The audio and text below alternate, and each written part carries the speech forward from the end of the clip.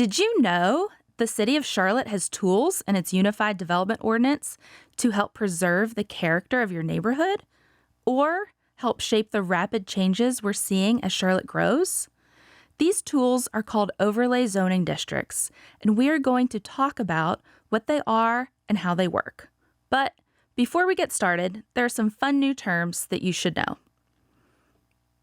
Parcel is a piece of land with specific legal boundaries, also often called a lot. If you own a house, this is the land your house sits on. Each one has a unique parcel identification number, called a PIN, and is searchable on the Mecklenburg County Polaris 3G map and website. Setback: how far a building sits from the property lines on all sides, front, left, right, and rear.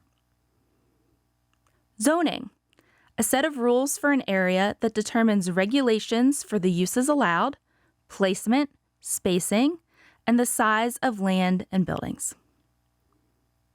Rezoning: the process to change the zoning of a parcel or a group of parcels to allow different regulations. Development or infill development: constructing a new building on an empty lot or a lot where a building has been demolished. Now, let's talk a little more about overlay districts in general and how they work. Overlay districts are special zoning districts that create requirements in addition to the rules of the existing zoning district. Although some overlay districts can change land uses, the overlay districts being discussed here do not. A couple of other things to know. None of these overlays can prevent demolition of homes in your neighborhood, nor do they replace the zoning regulations or change uses allowed on the land. Property owners are not required to update or change their properties. The neighborhood character and the residential infill overlays only apply to residential areas, including single-family, duplex, and triplex buildings. They cannot be applied to larger apartment complexes or commercial developments. And lastly, only one overlay can be used at a time. They cannot be combined. All overlays are created through the rezoning process and are formally adopted via City Council vote. The process for putting each in place is different and requires varying levels of community approval and participation. In Charlotte, there are 4 different overlay options: the Neighborhood Character Overlay, Residential Infill Overlay, and 2 Historic District Overlays. Let's talk about the Residential Infill Overlay for a better understanding of how and why it can be used. Maybe it will be right for your neighborhood. The Residential Infill Overlay, or RIO, is similar to the Neighborhood Character Overlay because its intent is to maintain existing neighborhood conditions when new infill development occurs.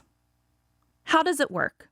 It's a lot simpler and quicker to create and only controls front setback, building sidewall height, and building size, or total square footage. There is no menu of elements to choose from.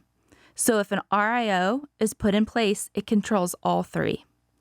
The setback and size allowed for new infill construction is based on the average of existing closest buildings on the same side of the street. The building sidewall height allowed for new construction is limited to 20 feet, or the average of the building sidewalls on both sides of the lot, whichever is greater. It requires a minimum of 50 contiguous lots. A residential infill overlay, or RIO, won't help preserve the character of your neighborhood, but it could curb rapid change and growth. To see if this overlay can apply to your neighborhood, visit the charlotteudo.org website, where you will find additional resources that go into further detail. And of course, contact information for city staff to help you every step of